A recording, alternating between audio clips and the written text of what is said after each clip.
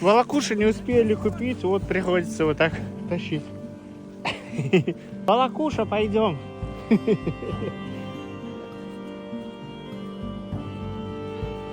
Так, Сабин, когда там уже будет готов котлет? Уже устал ждать. Сейчас домой поедем, дома будем жарить. Не горит ничего. Паленые дрова подсунули, да? Не горят. Вот, я же говорю, вау, его вышлап.